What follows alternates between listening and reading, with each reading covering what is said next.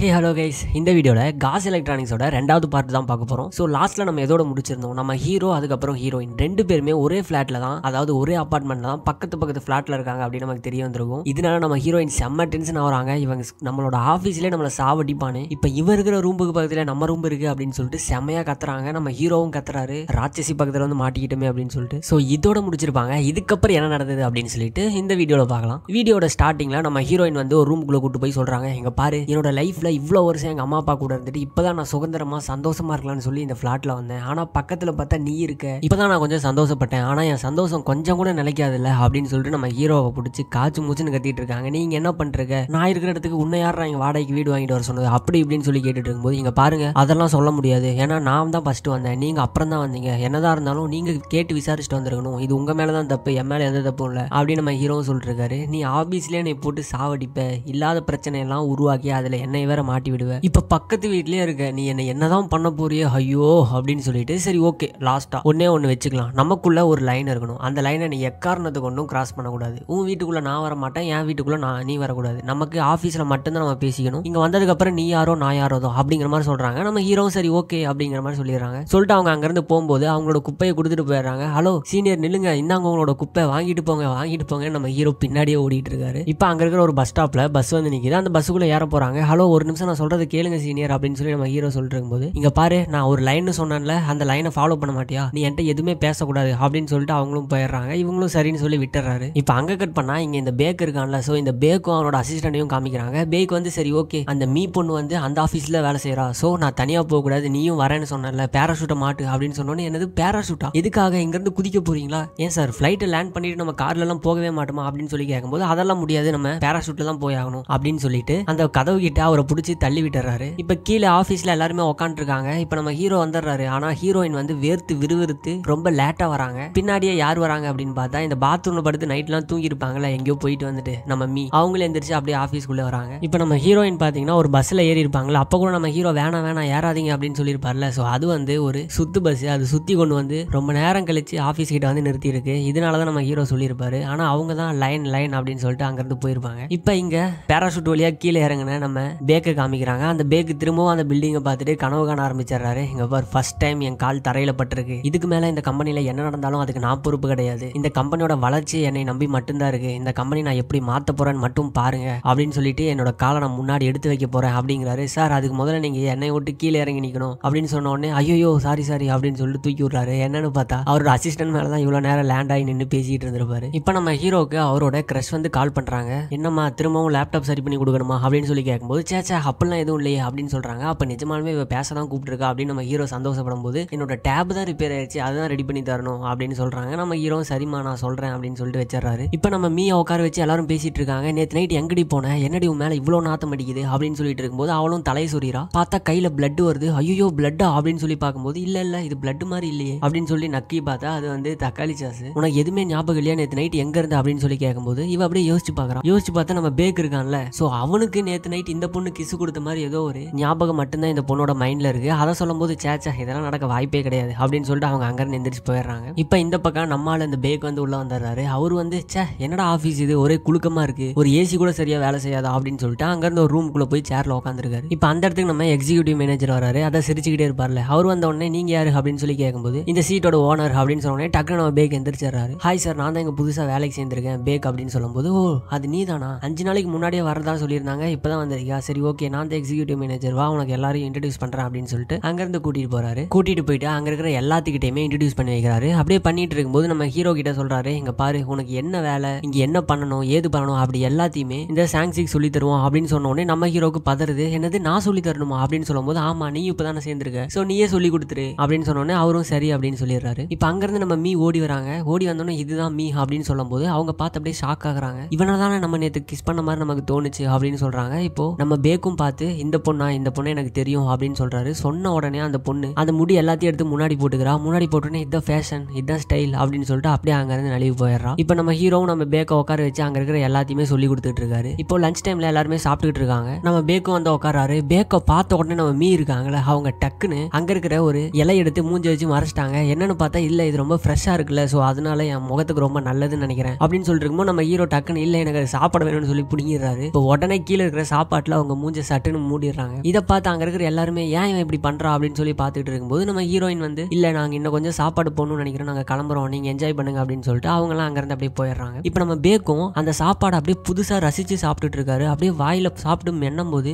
இந்த மாதிரி ஒரு டேஸ்ட் நான் ஃபீல் பண்ணதே இல்லை, இது ரொம்ப நல்லா இருக்கு அப்படின்னு சொல்லி அணுவா ருசிச்சு ஒன்னொன்னா சாப்பிட்டுட்டு இருக்காரு. அதை எல்லாருமே பாக்குறாங்க, என்ன இவன் சாப்பாடே பார்த்தது இல்லாத மாதிரி சாப்பிட்டுட்டு இருக்கானே அப்படின்னு சொல்லி பார்த்துட்டு இருப்பாங்க. இப்போ நம்ம ஹீரோக்கு ஒரு மெசேஜ் வருது. என்னன்னு பார்த்தா அவர் வந்து அவரோட பிளாட்ல தனியா தானே இருப்பாரு. ஸோ அதனால ரெண்டுக்கு இன்னொருத்தரை வர வைக்கிற மாதிரி சொல்லியிருப்பாரு. இன்னொருத்தர் வந்து அதுக்கு அப்ரோச் பண்றாரு. அவர் வந்து ஒரு ஃபாரினர்னு சொல்லிட்டு உன் பிளாட்ல நான் இருக்கேன் அப்படிங்கிற மாதிரி சொல்றாரு. இவரும் ஃபாரினரா இருந்தா பரவாயில்ல, நமக்கு இங்கிலீஷ் கத்துக்கலாம் அப்படின்னு சொல்லிட்டு ஓகே அப்படின்னு சொல்லிடுறாரு. அதுக்கப்புறம் நம்ம பேக்குக்கு எல்லாத்தையுமே சொல்லி கொடுக்குறாரு. ஜெராக்ஸ் எடுக்கிற மிஷின்ல எப்படி ஜெராக்ஸ் எடுக்கணும்லாம் சொல்லி கொடுத்துட்டு இருக்காரு. அப்புறம் அன்னைக்கு நைட்டு இவங்க ஒரு கிளப்ல வந்து பார்ட்டி வச்சிருக்காங்க. ஸோ அதுக்காக எல்லாருமே ஜாலியா ட்ரிங்க்ஸ் பண்ணிட்டு இருக்கும்போது நம்ம பேக் மட்டும் மூஞ்சில ஒரு ப்ராடக்ட் மாத்திட்டு மூஞ்சே தெரியாத மாதிரி வந்திருப்பாங்க. என்ன இது அப்படின்னு சொல்லும்போது இல்ல இது வந்து நம்ம டெஸ்டிங் ப்ராடக்ட்டுக்காக வந்தது, அதான் டெஸ்ட் பண்ணிட்டு இருக்கேன் அப்படின்னு சொல்லும்போது அதெல்லாம் நீ எதுக்கு இங்க டெஸ்ட் பண்ணிட்டு இருக்க, அதை முதல்ல கழட்டு அப்படின்னு சொல்லி கழட்டு வச்சிருவாங்க. கழட்டு வச்சதுக்கு அப்புறம் அங்க இருக்கிற அந்த மெனு கார்டு எடுத்து அப்படியே மூஞ்ச மறைச்சிக்கிறாங்க. அதையும் புடுங்கினதுக்கு அப்புறம் அங்க இருக்கிற சரக்கு பாட்டில் எடுத்து மூஞ்ச மறைக்கும் போது அந்த கிளாஸ்ல அந்த பொண்ணோட முகத்தை நல்லாவே நம்ம பேக் பாத்துறாரு. பார்த்துட்டு உன்னை எனக்கு தெரியும் அப்படின்னு சொல்லிடுறாரு. நீ என்கிட்ட இருந்து ஓட ட்ரை பண்ணாத அப்படின்னு சொல்லிடுறாரு. உன்னை நான் தனியா பேசணும் வா அப்படின்னு சொல்லி தனியா கூட்டு போயிடுறாரு. இதை பார்த்துக்கிட்டு இருக்க இவங்களுக்கு இங்க என்ன நடக்குதுன்னே தெரியல. அப்புறம் நம்ம ஹீரோயின் சரி ஓகே நான் கிளம்புறேன், நீங்க என்ஜாய் பண்ணுங்க அப்படின்னு சொல்லிட்டு அங்கிருந்து கிளம்பி போயிட்டு இருக்கும்போது நம்ம ஹீரோ சும்மா இல்லாம நம்ம செலிப்ரேட் பண்ண போறோம் அப்படின்னு சொல்லிட்டு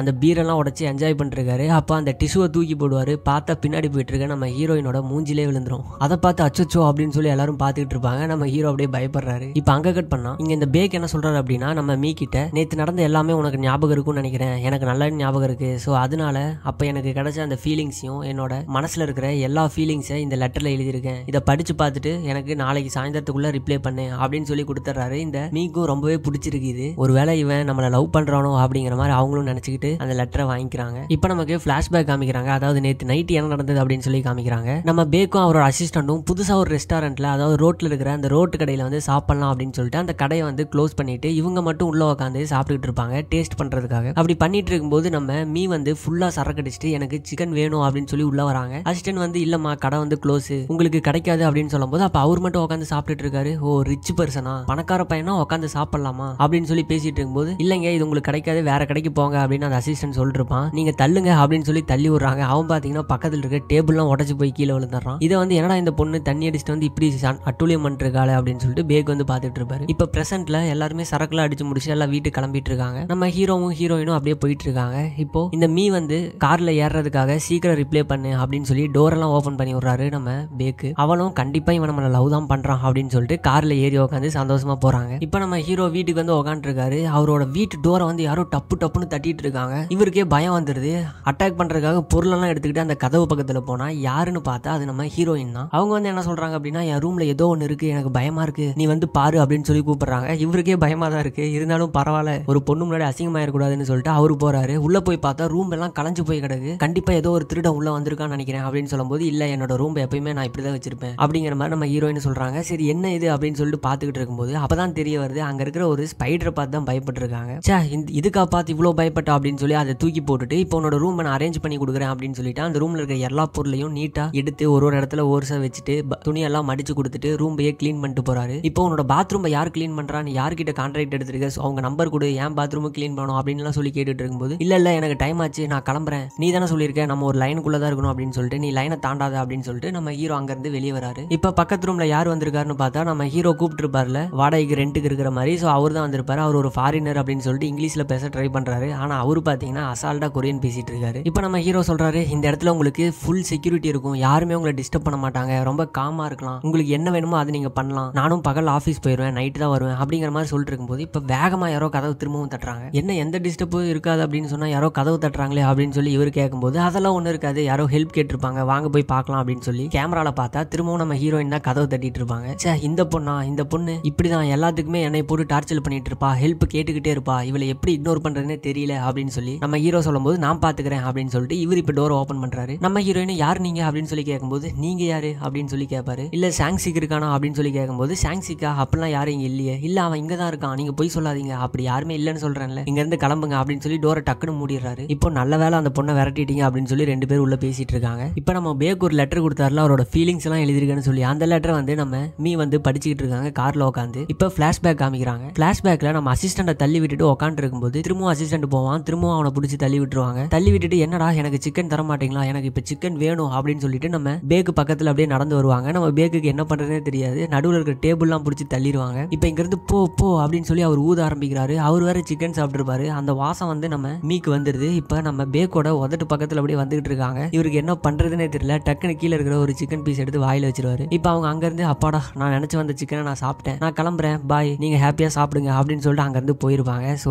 இதனால அந்த கடையில் ஏற்பட்ட நஷ்டம் எல்லாத்துக்குமே நம்ம பேக்கு தான் காசு கொடுத்திருப்பாரு. அந்த காசெல்லாம் திரும்ப எனக்கு கிடைக்கணும், இல்லைன்னா நான் உன் மேல கேஸ் போட்டுருவேன் அப்படின்னு சொல்லி அந்த லெட்டர்ல எழுதியிருப்பாரு. இதை பார்த்து ரொம்பவே ஃபீல் பண்றாங்க. சே, இதை போய் நம்ம லவ் லெட்டர்லாம் நினைச்சிட்டோமே, இப்ப நம்ம கிட்ட 5 லட்சம் ஓன் ஃபைன் கேட்கறானே, இப்ப நம்ம என்ன பண்றது, என் சம்பளம் கூட அவ்வளவு இல்லையே அப்படின்னு சொல்லி அப்படியே அழுதுகிட்டு இருக்காங்க கார்ல. இப்ப நம்ம ஹீரோவும் ரெடி ஆயிட்டு என்னோட கிரஷை பார்க்க போறேன் அப்படின்னு சொல்லி நம்ம ஃபாரினர்கிட்ட பேசிட்டு இருப்பாரு. எங்க பாருங்க அந்த லேடி வந்து திரும்பவும் ஹெல்ப் அப்படி இப்படின்னு கேட்பா, தயவு செஞ்சு ஹெல்ப் பண்ணிடாதீங்க, அந்த பொண்ணு ஒரு தாட்டி நீங்க ஹெல்ப் பண்ணிட்டீங்கன்னா அப்புறம் விடவே மாட்டா, திரும்ப திரும்ப வந்து நம்மள டார்ச்சர் பண்ணிக்கிட்டே இருப்பா, ஏதோ பாவம்னு சொல்லி நான் வேலை செஞ்சு கொடுத்துட்டு இருக்கேன் அப்படிங்க இப்படின்லாம் பேசிடுவாரு. இவரும் வேணாம் வேணாம் அப்படின்னு சொல்லுவாரு. என்னன்னு பார்த்தா பின்னாடி தான் நம்ம ரூம்குள்ள ஹீரோயின் உட்காந்து இருப்பாங்க. இது எல்லாத்தையுமே கேட்டுருவாங்க. சரி ஓகே நீங்க பேசிட்டு இருங்க, நான் போயிட்டு வரேன்னு சொல்லிட்டு அந்த ஃபாரினரும் அங்க இருந்து கிளம்பிடுறாரு. இப்ப நம்ம ஹீரோயின் வந்து பேசுறாங்க, என்னது நான் ஹெல்ப் ஹெல்ப் ஹெல்ப்னு கேட்டுக்கிட்டே இருப்பேனா, அப்ப ஆபீஸ்ல நீ என்கிட்ட கேட்டுக்கிட்டு இருக்க, அதெல்லாம் உனக்கு ஹெல்ப் மாதிரி தெரியலையா, இனிமேல் நீ ஆபீஸ்ல நீ என்கிட்ட பேசவே கூடாது, நான் உனக்கு எதுலையுமே ஹெல்ப் பண்ண மாட்டேன், நீ இண்டிவிஜுவலா உனக்கு ஒர்க்கை பாரு அப்படின்னு சொல்லிட்டு அவங்க அங்க இருந்து வேகமா கதை திறந்துட்டு வெளியே வருவாங்க. இப்ப சீனியர் சாரி சீனியர் தெரியாம சொல்லிட்டு என்னை மன்னிச்சிருங்க அப்படின்னு சொல்லிட்டு நம்ம ஹீரோவும் கெஞ்சிக்கிட்டே பின்னாடி வருவாரு. இப்ப அந்த இடத்துல ஒரு ஸ்பைடரை நம்ம ஹீரோயின் பாத்துறாங்க. பார்த்தோன்னே அப்படியே பயப்பட்டு நம்ம ஹீரோ மேலே ஏறி உட்காந்துறாங்க. அவரால் வெயிட்டை தாங்க முடியல, அப்படியே தொப்புன்னு கீழே விழுந்துறாரு. இப்ப அந்த ஸ்பைடர் கிட்ட இருந்து நம்ம ஹீரோயின் போராட, நம்ம ஹீரோயின் கிட்ட இருந்து நம்ம ஹீரோ போராட அப்படின்னு சொல்லி ஒரே போராட்டமா போய்கிட்டு இருக்கு. இப்ப அந்த இடத்துல நம்ம ஹீரோவோட கிரஷ் வேற வந்துருவாங்க. அவங்க வேற வந்து பார்த்துட்டு ஐயோ நீ ஃப்ரீயா இருக்கேன்னு நினைச்சேன், நீ பிஸியா இருப்ப போல அப்படின்னு சொல்லிட்டு அங்க இருந்து போறாங்க. ஐயோ போயிடாத போயிடாத அப்படின்னு சொல்லிட்டு இவரும் அப்படியே கத்துறாரு. ஆனா எந்திரிச்சு கூட போக முடியல. சோ இந்த இடத்துலயே இந்த 2வது எபிசோட முடிக்கிறாங்க. இதுக்கப்புறம் என்ன நடந்தது அப்படின்னு சொல்லிட்டு அடுத்த எபிசோட்ல பார்க்கலாம். So thank you, by.